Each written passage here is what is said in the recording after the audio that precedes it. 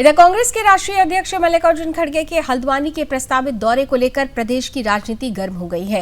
कांग्रेस जहां इसे परिवर्तन की जनसभा बता रही है, वहीं भारतीय जनता पार्टी इसे चुनावी राजनीति और राजनीतिक पर्यटन करार दे रही है। कांग्रेस के अनुसार 8 अगस्त को हल्द्वानी के रामलीला मैदान में मल्लिकार्जुन खड़गे विशाल जनसभा को संबोधित करेंगे। पार्टी का कहना है कि राहुल गांधी के देहरादून दौरे के बाद अब कुमायूं क्षेत्र में भी चुनावी तैयारियों को गति दी जा रही है।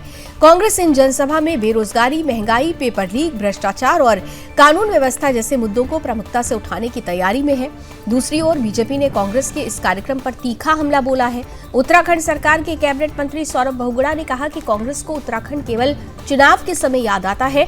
उनका आरोप है कि लोकसभा हो या विधानसभा चुनाव, कांग्रेस की शीर्ष नेतृत्व टीम चुनाव के दौरान तो सक्रिय दिखाई देती है, लेकिन चुनाव समाप्त होते ही कई वर्षों तक राज्य से दूरी बना लेती है।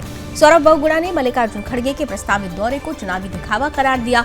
साथ ही उन्होंने कांग्रेस प्रभारी कुमारी शैलजा के पहले दौरे का भी उल्लेख करते हुए कहा कि उत्तराखंड की देवतुल्य जनता का अटूट विश्वास पीएम मोदी और बीजेपी के साथ है।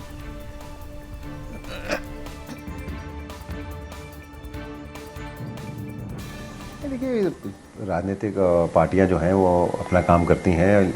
कांग्रेस जो है उसको उत्तराखंड की याद तभी आती है जब चुनाव यहाँ पर होते हैं सर पे, लोकसभा के हों चाहे विधानसभा के हों, और उसके बाद 4 साल जो है वो उनकी सारी टॉप लीडरशिप जो है वो उत्तराखंड से गायब रहती है।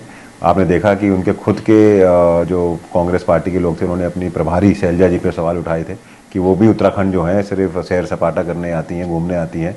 उसके बाद उनको आना पड़ा और 3-4 दिन का दौरा रखना पड़ा। कांग्रेस उत्तराखंड को लेकर कभी भी सीरियस नहीं रही है। वो जानती है कि उत्तराखंड की जो देवतुल्य जनता है उसका विश्वास, अटूट विश्वास माननीय प्रधानमंत्री जी और भारतीय जनता पार्टी के साथ है। और मुझे पूर्ण उम्मीद है कि ये पॉलिटिकल टूरिज्म जो कर रही है कांग्रेस, इसका कोई भी फर्क स्टेट में नहीं पड़ेगा।